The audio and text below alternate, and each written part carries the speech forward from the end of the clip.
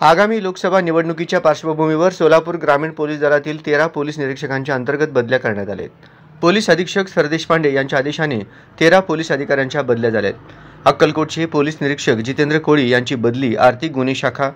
कुर्डवाडीचे police निरीक्षक गोपाळ पवार यांची बदली मानव संसाधन व कल्याण शाखा, पंढरपूर मंदिर सुरक्षाचे पोलीस निरीक्षक मिलिंद पाटील यांची बदली जिल्हा विशेष शाखा,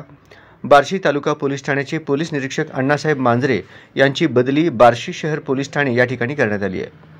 माळशिरस पोलीस ठाण्याचे पोलीस निरीक्षक राजेंद्र टाकणे यांची बदली अक्कलकोट उत्तर पोलीस ठाणे, बार्शी शहर पोलीस ठाण्याचे पोलीस निरीक्षक संतोष गिरी गोसावी यांची बदली नियंत्रण कक्ष,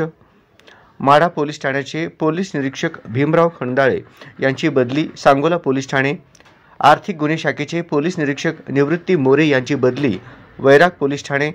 मानव संसाधन व कल्याण शाखेचे पोलीस निरीक्षक बजरंग साळुंखे यांची बदली अनैतिक मानवी वाहतूक प्रतिबंध कक्ष, जिल्हा विशेष सेवा शाखेचे पोलीस निरीक्षक जिल्हा वाहतूक शाखा व पंढरपूर मंदिर सुरक्षाचे